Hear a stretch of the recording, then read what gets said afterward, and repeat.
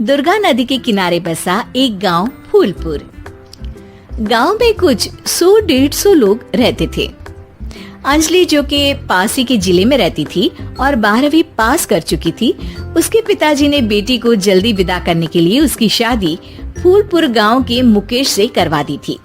मुकेश कभी स्कूल नहीं गया था और इस कारण वो पढ़ा लिखा नहीं था और बाकी गांव वालों की हालत भी मुकेश जैसी ही थी।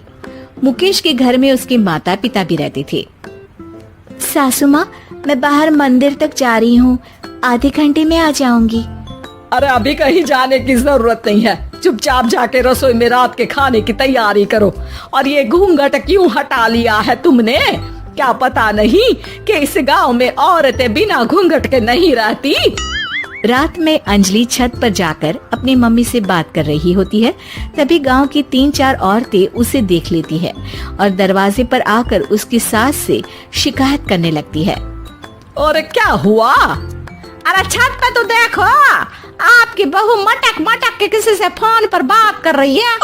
दिन भर फोन पे लगी रहती है। अरे कल तो मंदिर के पास वो क्या कहते हैं, सेल्फी ले रही थी। शहर की बहू रखना अच्छा शान की बात है, पर देखना इसके लक्षण से ये तो तुम्हारे परिवार को बदनाम ना कर दे।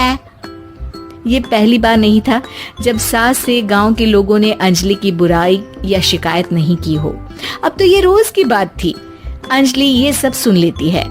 जब वो नीचे जाती है तो मुकेश भी वहाँ आ जाता है। सास कहती है, बेटा, लोग घर आकर शिकायत करने लगे हैं बहू के कामों की। देख लो, पति हो, संयम से रखो इसे। माँ जी, मैं तो अपनी माँ से बात कर रही थी क्योंकि यहाँ कोई बात करने लायक ही नहीं है और अब मैं माँ के पास ही रहूंगी। वहाँ क्या रहना, वहाँ बाहर के लोग तो ठीक है पर घर के लोग भी इज्जत ना दे सके। अरे नहीं नहीं अंजलि, ऐसा नहीं है, धीरे धीरे सब ठीक हो जाएगा, तुम फिक्र ना करो। अरे बस कुछ बोलना ही नहीं है, सर पे चढ़ा रखा है बहू को। सास मुकेश की नरम बात सुन के वहाँ से मुंह चढ़ाकर चली जाती है।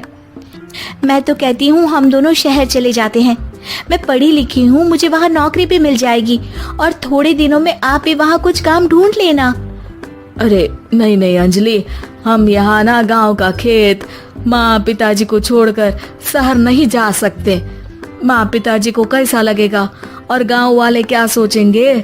ये कहकर मुकेश सोने चला जाता है और अंजलि की गांव वालों द्वारा बुराई का सिलसिला बहुत दिनों तक चलता ही रहता है। लेकिन अंजलि गुस्सा ना दिखाते हुए समझदारी से काम लेती है। बारिश का मौसम चालू हो जाता है। जोरदार बारिश से पूरे गांव में हाहाकार मच जाता है।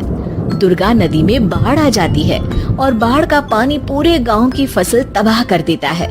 फसल की ये हालत देखकर गांव वाले निराश हो जाते हैं और बात तो यहाँ तक पहुँच जाती है कि कुछ लोग तो अंजलि को इस सब का दोषी ठहरा देते हैं। अरे पूरी फसल तबाह हो गई, पता नहीं किसकी नजर लग गई है। अरे जब से चौधरी परिवार में ये शहर की बहू आई है ना, तब से ही गांव की शांति चली गई है। इसके कर्म कांड से माँ दुर्गा नदी भी खुश नहीं है। ये सब सुनकर बेचारी अंजलि रोते हुए अपने घर चली जाती है। कुछ दिन बाद सभी गांव वाले अपनी फसल का मुआवजा लेकर अपने अपने घर आते हैं। मुकेश भी 1500 लेकर आता है। अंजलि को जब पासबुक दिखाता है तो अंजलि हैरान हो जाती है। अरे ये पासबुक में तो उन्होंने 4000 की एंट्री करी है और आपको सिर्फ 1500 दिए। सच में? अरे वो सरकारी अफसर आपको बेवकूफ बना रहे हैं। सरकार की तरफ से हमें 4000 मिले हैं लेकिन बाकी का सारा पैसा खुद ही खा रहे हैं। आप लोग के अनपढ़ होने का फायदा उठा रहे हैं। ये सब सुनकर मुकेश परेशान हो जाता है लेकिन अंजलि उसे हिम्मत से काम लेने को कहती है और सुबह होते ही मुकेश को पंचायत कार्यालय ले जाती है और साथ में गांव के और लोगों को भी। आप सरकारी बाबू क्या गांव के लोगों को बेवकूफ समझते हैं? आपको क्या लगता है ये पढ़े लिखे नहीं है तो आप कुछ भी मनमानी करेंगे?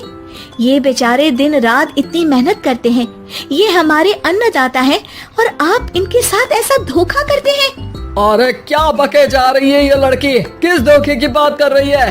अपने कांड करके नदी माँ को नाराज करके हमारा नुकसान करके इसे चैन नहीं मिला क्या? सरपंच जी, इन सरकारी बाबू ने मुझे बेवकूफ बनाया है और मेरे हिस्से के पैसे खुद चट कर गए। बस ये सुनते ही सरपंच वहाँ से दुम दबाकर भाग जाता है। पता चलता है कि जनपद अधिकारियों ने गांव के सरपंच के साथ मिलकर सबके साथ धोखा किया है। सब लोगों का विरोध शुरू हो जाता है और आखिर में अधिकारी सब गांव वालों के हिस्सों के बचे हुए पैसे उन्हें लौटा देते हैं और कई दिन तक सरपंच गांव में लौटता ही नहीं। अंजलि, तुम नहीं होती तो हम गांव वालों को तो पता ही नहीं चलता कि ये हमें हर बार बेवकूफ बनाते हैं। हाँ हाँ अंजलि बेटी, हमें माफ कर दो। हम सब तुम्हें बुरा भला कहते रहे, लेकिन तुमने ही आज हमें बेवकूफ बनाने से बचाया है। हमें तुम पर गर्व है बेटी। अब समझ आया कि सरपंच तुमसे नहीं, तुम्हारे पढ़े लिखे होने से नफरत करता था। क्यों ना इस बार हम अंजलि को ही सरपंच पद के लिए चुन ले? क्या कहते हो गांव वालों? पढ़ी लिखी सरपंच। बस पूरा गांव अंजलि के लिए ताली बजाता है और अंजलि की सास उसे खुशी से गले लगा लेती है।